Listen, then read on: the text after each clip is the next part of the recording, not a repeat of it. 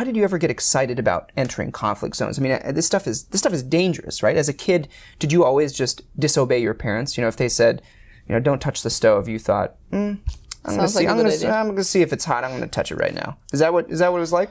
Well, first of all, I grew up in Moscow in 90s. So everything was a hot stove, you know, like you could touch whatever and it's all burning. So it was kind of really bad time to grow up. It's when USSR fell apart. So in that case, it's like it makes me makes it easier to kind of communicate to those people who live in the situation right now in Syria or in Yemen, because I went through that when I was a kid. So maybe it makes it easier. But on the other side, I mean, it's just the military operate there all the time. So why am I different? You know, people work there, journalists work there, military works there. So like, as an academic, it doesn't make me like but you're going into old ISIS safe houses. I mean, you're sometimes the first person to enter these cleared out ISIS safe houses after the Iraqi army, cleared in a best case scenario, bombed out. Oh, in the best case scenario.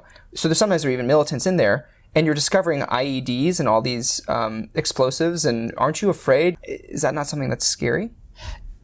It is absolutely scary, and I think at the point when it becomes not scary, that's when you need to, you know, go home, because something is not okay. Okay. Because it is scary. It is absolutely scary. You know, we had this tunnel thing, you know, when there were a lot of tunnels. An ISIS tunnel, yeah. Yes.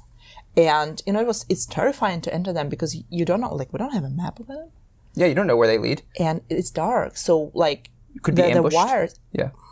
Absolutely. And I know for sure there was one tunnel that we didn't enter. Like, we looked into that, and it was something like, this was one of the tunnels I didn't enter, although, you know, like, I entered them.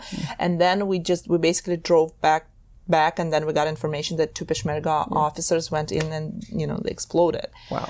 So basically, you know, because there was some wires going on, like, we were like, no, we're not going. Are you outfitted in the same sort of protective gear that soldiers are? So you are, and you've been trained by these folks? Did you have to go through some sort of military training of some sort? No, I did not. I did not have a military training. But you're not identifiable as an academic. Nobody, if you were to be seen with a group, nobody would say, oh, she's clearly, working on her PhD thesis on this. I mean, you're not identifiable. Look at my. Well, okay. I'm a female. Yeah. And I'm blonde. Yeah. And Iraqi army does not look that way. Yeah. Like, they're quite dark, and they're all males. Like, they don't have females. So you're doing something. It doesn't matter. You might be the most dangerous person there, actually. That's actually always a thing. So that's why my hair is always up. It's, like, absolutely not visible because, you know, if a sniper is working and, you know, there are, like, 5 people, whom they're going to take? The foreigner. He's most expensive. Oh. So now, like, I'm trying to look as close to... And you got to keep a low profile. As low as So how do you do that? Do you rap? I do. I wear a hijab, and I wear a helmet, so my hair is not sticking whatsoever. Okay. Sometimes my hijab is up, so like only my eyes are. Yeah. Like, I'm not wearing uniform, but it's very from a distance. It looks like military. It's a cargo stuff, so it looks, you know, similar. I'm wearing a vest, so it's not because I'm wearing a vest. It's not visible that I'm female. And, you know, those things. And, like, for example, I don't have a nail polish. So, you know, when I'm holding camera, it's not visible that I'm a female. Yeah. Do you carry a gun? No, never.